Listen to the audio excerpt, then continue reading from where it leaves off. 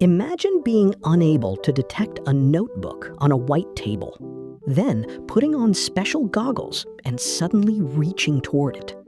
That sounds as if the goggles replaced the eye, like a camera sending information straight to the brain. That is the surprise. The goggles were only half of the system. The other half was gene therapy inside the retina. So, the treatment did not rebuild the damaged light-sensing cells? No. In retinitis pigmentosa, photoreceptors can disappear, while some later retinal neurons remain. The researchers tried to make surviving retinal ganglion cells respond to light. Those cells normally send the retina's output toward the brain, correct? Exactly. The paper is titled Partial Recovery of Visual Function in a Blind Patient After Optogenetic Therapy. The word partial matters. Did normal sight return? No. One blind patient recovered limited, task-based visual abilities under specific conditions. With the treated eye and engineered goggles, the patient could perceive, locate, count, and touch certain objects. What happened without the goggles? Before injection, the patient could not visually detect the objects with or without them. After injection, the patient still could not detect the objects without goggle stimulation. Then this was not blindness cured. Biological treatment and a wearable device created a new route for visual information. Precisely. The key question was whether that route could produce useful information about real objects.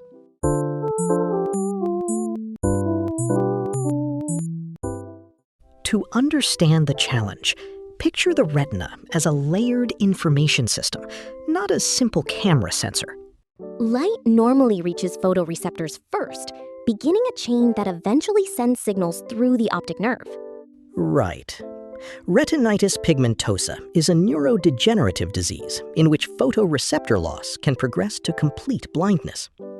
A therapy correcting one mutation may fit only that genetic cause.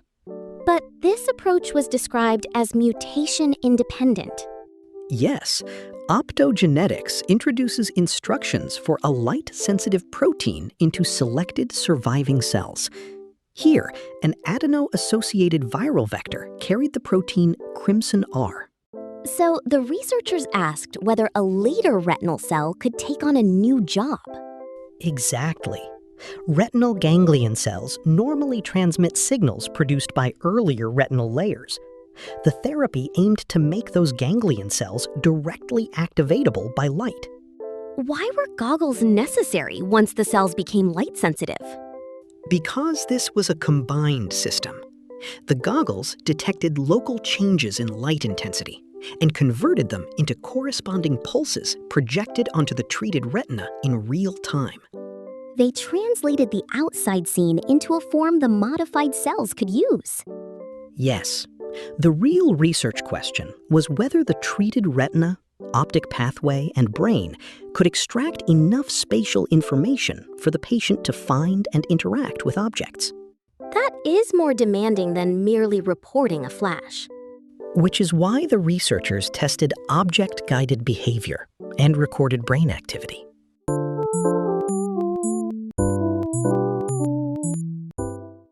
The patient received a single injection into one eye of a viral vector carrying the gene for ChrimsonR. Was vision tested immediately?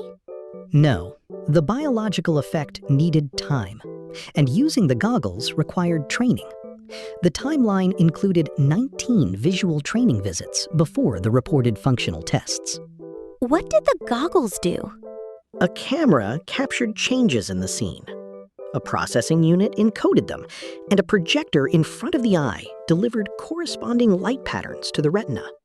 How did the researchers separate treatment-related vision from guessing or remaining natural vision? They compared conditions: natural binocular viewing, the treated eye alone without stimulation, and the treated eye stimulated through the goggles. During the stimulated condition, the untreated eye was covered. What tasks were used? First, a notebook or a much smaller staple box was placed on a white table. The patient had to perceive it, locate it, and touch it. Positions and contrast levels varied. That tests whether a visual signal can guide movement. Exactly. In another test, 2 or 3 tumblers appeared at different positions.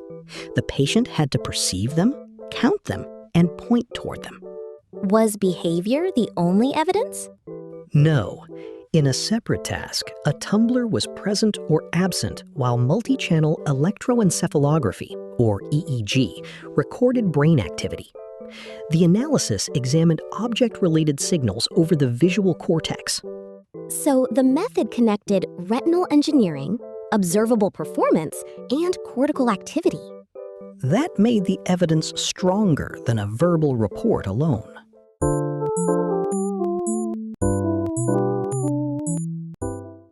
The clearest result was conditional. Useful visual behavior appeared only when the treated eye and stimulating goggles worked together. How well did the patient perform? For the larger notebook, the patient successfully perceived, located, and touched it in 36 of 39 trials, or 92%. For the smaller staple box, success was 36%. That size difference suggests this was not sharp, ordinary vision. Correct.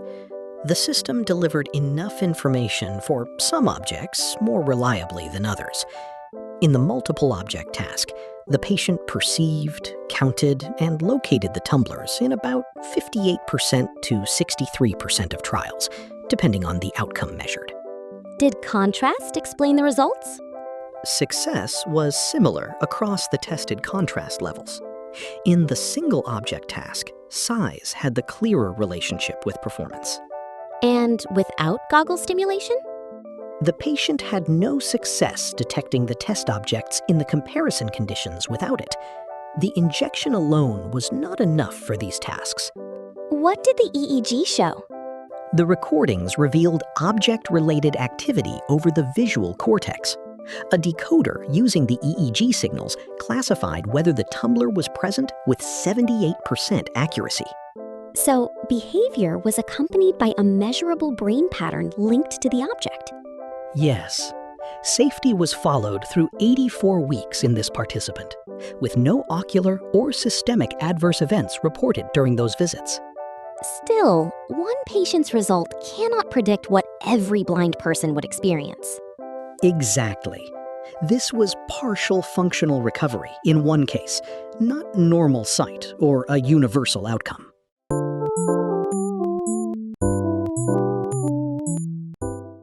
The strongest insight is that the researchers did not restore the retina to its original design. They built a workaround from surviving cells, a light-sensitive protein, engineered goggles, and the brain's ability to learn unfamiliar signals. Yes, restoration may sometimes come through a new interface rather than perfect biological reconstruction. But every part had to cooperate.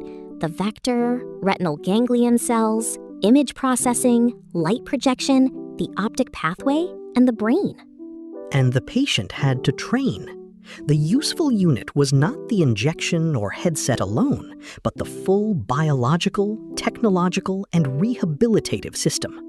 What did partial function mean in practice? It meant interacting with objects that remained undetectable in the comparison conditions. A notebook was much easier than a small staple box, and performance was imperfect. Yet the result moved beyond simple light sensitivity toward object-guided action. So the responsible takeaway is neither hype nor dismissal. Correct. Calling it a cure would erase the narrow conditions and single-patient evidence. Calling it merely a laboratory signal would ignore the patient's object-directed behavior and the visual cortex response. Could this approach apply to every cause of blindness? No. It depends on surviving retinal ganglion cells and a pathway capable of carrying their signals toward the brain. Then the deeper question is, how much useful vision can be built when biology, devices, and rehabilitation are designed together? Exactly. This paper established a proof of possibility. In one person with advanced retinal degeneration, a newly engineered light-sensitive route supported limited but measurable visual function.